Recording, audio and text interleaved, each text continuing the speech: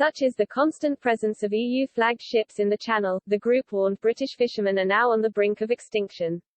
In an outburst at the UK government, Fonia Nichols, ocean campaigner for the group, claimed fishermen who had voted for Brexit had been neglected. She added that the government is no longer listening to those who have been so severely impacted by the EU's continuous assault on Britain's fish stocks.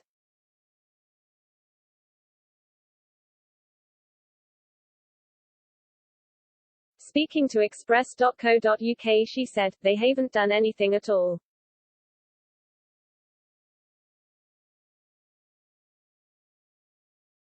It's just a complete disservice to the people that believed in that process so strongly and many of whom were the real forefront of Brexit campaign, you know, they really knew there was something to gain and we do have post-Brexit powers.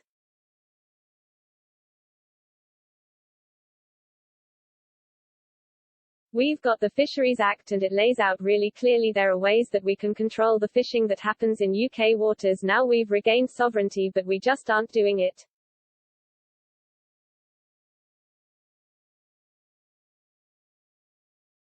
It's happening relentlessly out there, and the fishermen are on the brink.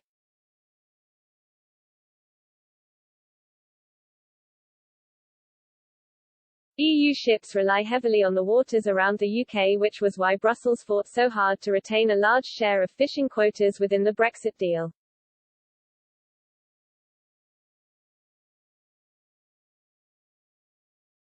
Although the UK is now an independent coastal state, EU ships are allowed within up to between 6 and 12 nautical miles of certain parts of the UK.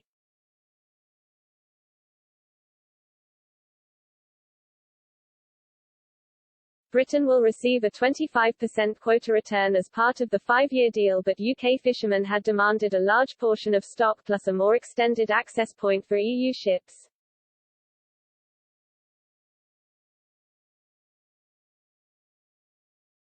Greenpeace witnessed several EU supertrawlers fishing around the English coastline during its Ocean Witness campaign over the summer.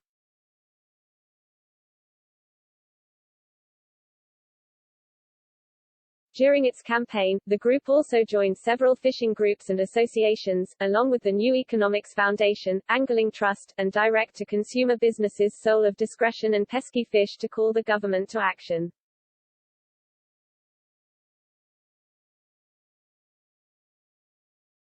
UK fishermen are being forced into extinction due to the presence of EU supertrawlers and fly shooter vessels.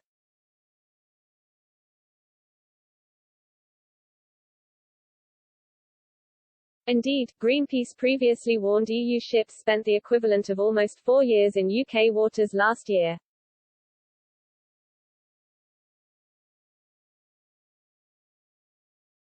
About 16,000 hours were spent in marine protected areas (MPAs), specially designated conservation regions.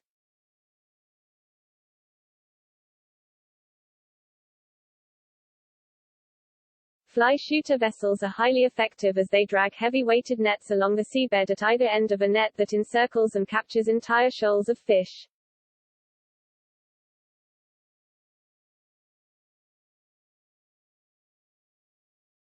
Although Greenpeace has claimed nothing has been done, the Fisheries Act gives the UK control of its waters.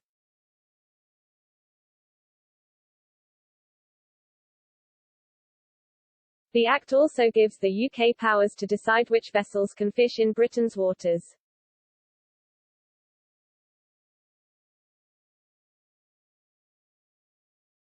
Despite these powers, fishermen claimed fly shooters and EU supertrawlers are destroying the seabed and destroying fish stocks.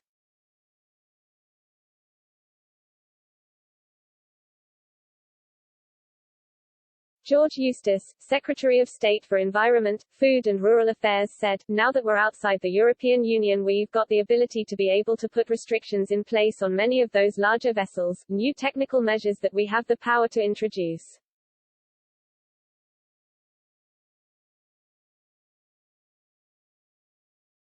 We've got powers that we never had previously.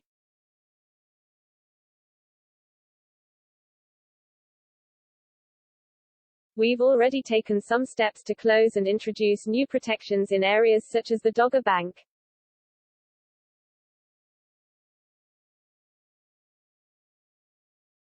We've got other plans to put in place new protections for our marine environment.